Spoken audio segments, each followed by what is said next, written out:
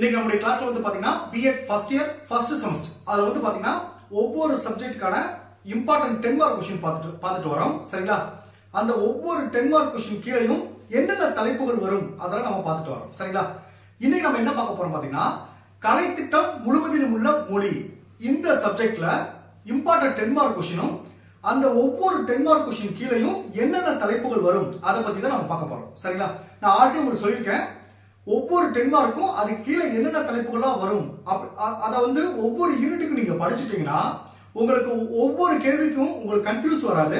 ரெண்டாவது பாத்தீங்கன்னா உங்களுக்கு எக்ஸாம் படிக்கிறதுக்கும் உங்களுக்கு ஈஸியா இருக்கும். இப்போ அந்த இம்பார்ட்டன்ட் क्वेश्चन சொல்றதுக்கு முன்னாடி நம்மளுடைய கிளாஸ்ல BEd first year first semester கிளாஸ்ல புதுசா ஜாயின் பண்றதுக்கு நிறைய பேர் கால் பண்றீங்க. நீங்க எப்படி ஜாயின் பண்ணணும்னா என்னுடைய மொபைல் நம்பர் 9159084262 இந்த நம்பருக்கு நீங்க கால் பண்ணுங்க. நம்முடைய கிளாஸ்ல நீங்க எப்படி ஜாயின் பண்ணலாம் சொல்லி நான் உங்களுக்கு டீடைலா சொல்லிருப்பேன். அதே மாதிரி புதுசா ஜாயின் பண்ணவங்களுக்கும் நான் இதுவரைக்கும் நடந்த அந்த பழைய நோட்ஸ் எல்லாமே நான் சேர்த்து அனுப்பிச்சிருவேன். சோ ஜாயின் பண்ண விருப்பப்படுறவங்க என்னுடைய மொபைல் நம்பருக்கு கால் பண்ணி டீடைலா கேட்டு அதுக்கு பிறகு நம்ம கிளாஸ்ல நீங்க ஜாயின் பண்ணிக்கலாம். சரிங்களா? ஓகே. இப்போ இந்த கலைத்திட்டம் முழுவதிலும் உள்ள மொழி இந்த சப்ஜெக்ட்ல எந்தெந்த யூனிட்டுக்கு நாம இம்பார்ட்டன்ட் மார்க் क्वेश्चन பார்க்க போறோம் அப்படி சொல்லிடுறேன். அதாவது ஃபர்ஸ்ட் யூனிட், அடுத்து 5th யூனிட், அடுத்து 3rd யூனிட். சரிங்களா? இந்த இப்ப நான் சொல்ற இந்த இம்பார்ட்டன்ட் क्वेश्चन அந்த ஆர்டர்ல படிங்க. உங்களுக்கு படிச்சீங்கன்னா ஈஸியா இருக்கும். இந்த ஃபர்ஸ்ட் இந்த 3 யூனிட் வந்து பாத்தீங்கன்னா படிக்க ஈஸியா இருக்கும். ரெண்டாவது பாத்தீங்கன்னா அது சிலபஸும் கம்மியா இருக்கும். சோ நமக்கு வந்து என்னன்னா இந்த மாதிரி யூனிட்டை ஃபர்ஸ்ட் நம்ம செலக்ட் பண்ணி படிக்கணும். சோ இன்னைக்கு நம்ம 10 மார்க் क्वेश्चन வந்து பாத்தீங்கன்னா ஃபர்ஸ்ட் யூனிட், அடுத்து 5வது யூனிட், அடுத்து 3வது யூனிட். இந்த 3 யூனிட்டுக்கான 10 மார்க் क्वेश्चन பார்ப்போம். சரிங்களா? ஓகே. இப்போ ஃபர்ஸ்ட் யூனிட் இதுல 3 10 மார்க் क्वेश्चन இருக்கு. அதுல ஃபர்ஸ்ட் क्वेश्चन பாருங்க. கலைத்திட்டம் முழுவதிலும் உள்ளவற்றை ஒருங்கிணைத்தல். இந்த கேள்வி இப்படி கேட்கலாம்.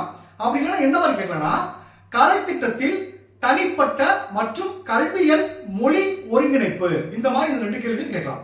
இதுக்கு கீழே வந்து பாத்தீங்கன்னா மொத்தம் உங்களுக்கு 5 தலைப்புகள் வரும். ஒண்ணு பாருங்க, கலைத்திட்டம் முழுவதிலும் உள்ளவற்றை ஒருங்கிணைத்தல் என்பதன் பொருளும் வரையறையும்.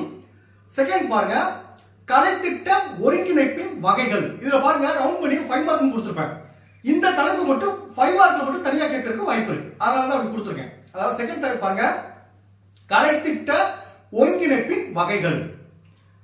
மூணாவது தலைப்பு பாருங்க, தனிநபர் கலைத்திட்ட ஒருங்கிணைப்பு.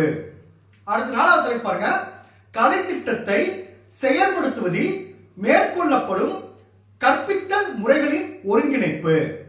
அடுத்து லாஸ்ட் தலைப்பு பாருங்க, 5வது தலைப்பு பாருங்க, இதுவும் 5 மார்க் தனியா கேட்க வாய்ப்பு இருக்கு. கலைத்திட்ட ஒருங்கிணைப்புக்கான கற்பித்தல் முறைகளின் முக்கிய குறிக்கோள்கள். அடுத்து செகண்ட் क्वेश्चन பாருங்க, கருத்துசார் எழுத்தறிவு வளர்ச்சி. இதுல வந்து பாத்தீங்கன்னா 2 தலைப்பு இருக்கு. முதல் தலைப்பு பாருங்க, கருத்துசார் எழுத்தறிவு என்பதன் பொருள். 2 பாருங்க, கருத்துசார் எழுத்தறிவை வளர்த்திடல். இந்த 2வது தலைப்புக்கு கீழே ஒரு 4 தலைப்புகள் இருக்கு. ஒன்னு பாருங்க, கருத்துசார் எழுத்தறிவை மேம்படுத்துவதில் கருத்துசார் அறிவின் பங்கு. 2வது தலைப்பு பாருங்க, கருத்துசார் எழுத்தறிவை ஊக்குவிக்கும் கருத்துசார் அடிப்படையிலான கலைத்திட்டம். 3 பாருங்க, கருத்துசார் உருவகங்களை அல்லது அறிவாற்றல் சார் உருவகங்களை பயன்படுத்திடல். 4வது தலைப்பு பாருங்க, கருத்துசார் எழுத்தறிவும் ஸ்கீமா கோட்பாடும். இந்த 4 தலைப்பும் 10 மார்க்ல வரும். சரிங்களா? அடுத்து 3வது क्वेश्चन பாருங்க, மொழிசார் மனித செயல்பாடுகள் வெளிப்படுத்தும் முறைகள். இதுல வந்து அல்லது எப்படி கேட்பாங்கன்னா மொழி தொடர்பான மனித நடவடிக்கைகள் பற்றி விவரம் கேட்பாங்க. இதுக்கு கீழே 8 தலைப்புகள் இருக்கு. ஒன்னு பாருங்க, உன்னிப்பாக கேட்டல். 2 பேசுதல். 3 வாசித்தல். 4 எழுதுதல். 5 பார்த்தல். 6 வடிவமைத்தல். 7 கவனித்தல்.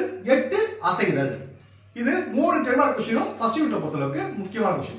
அடுத்து 5வது யூனிட் பாருங்க. அதுல ஃபர்ஸ்ட் 10 மார்க் क्वेश्चन பாருங்க, சமூக அறிவியல், அறிவியல் மற்றும் கணித பாடப்பொருள் பகுதிகளை படித்தறிதல். இதுல ஃபர்ஸ்ட் பாயிண்ட் பாருங்க, கணித பாடப்பொருள் பகுதிகளை படித்தறிதலை மேம்படுத்துவதற்கான கற்பித்தல் வழிமுறைகள். 2வது பாருங்க, அறிவியல் பாடப்பொருள் பகுதிகளை படித்தறிதலை மேம்படுத்துவதற்கான வழிமுறைகள். 3வது பாருங்க, சமூக அறிவியல் பாடப்பொருள் பகுதிகளை படித்தறிதலில் மேம்படுத்துவதற்கான கற்பித்தல் வழிமுறைகள். இந்த 3 தலைப்புகள் வரும். அடுத்து 2வது 10 மார்க் क्वेश्चन பாருங்க, பாடப்பகுதிகள் முழுவதையும் நன்கு கற்பதற்கு உதவிடும் வகையில் வாய்மொழி திறன்களை மேம்படுத்தும் வழிமுறைகள். இதுல 9 தலைப்புகள் வரும். ஒன்னு பாருங்க, அன்றாட வினா விடை அமர்வு. 2 பாருங்க, அன்றாட வாய்மொழி பயிற்சி. 3 பாருங்க, சொல் பொருளை நடித்து காட்டுதல். 4 பாருங்க, சொல் சுவர். 5 பாருங்க, ஒரு நிலைப்பாட்டை எடுத்துக்கொண்டு வாதிடல்.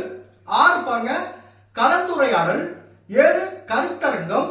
8 நேர்காணல். 9 கேட்டறியும் திறன்களை மேம்படுத்தும் செயல்கள். இந்த 9 தலைப்புகள் வரும். அடுத்து 3வது கொஸ்டின் பாருங்க, பாடப்பொருள் உள்ளடக்க பகுதிகளில் வாசித்தலின் பொருளுணர்தலின் தன்மை. இதுல தலைப்புல உங்களுக்கு கேட்கறத வரும். சரிங்களா? அடுத்து தேர்ட் யூனிட் பாருங்க. ஃபர்ஸ்ட் 10 மார்க் கொஸ்டின் பாருங்க, வகுப்பறையில் உள்ளடக்கம் மற்றும் மொழி ஒருங்கிணைந்த கற்றல் அணுகுமுறை அப்படின்னு கேட்கலாம். அப்படி இல்லைன்னா வகுப்பறையில் பாடப்பொருள் மற்றும் மொழி ஒருங்கிணைந்த கற்றல் அணுகுமுறையை கையாளுதல். இதுல பாத்தீங்கன்னா 5 தலைப்புகள் இருக்கு. ஒன்னு பாருங்க, CLIL என்பது ஒரு கற்பிக்கும் வழிமுறை. 2 பாருங்க, CLIL இன் வகைகள். 3 பாருங்க, CLIL இல் அடங்கியுள்ள கற்றல் வகைகளும் செயல்பாடுகளும். 4 பாருங்க, வகுப்பறை கற்பித்தலில் CLIL அணுகுமுறையினால் விளையும் நன்மைகள். 5 பாருங்க, வகுப்பறை கற்பித்தலில் CLIL அணுகுமுறையின் தீமைகள். இந்த 5 தலைப்புகள் வரும்.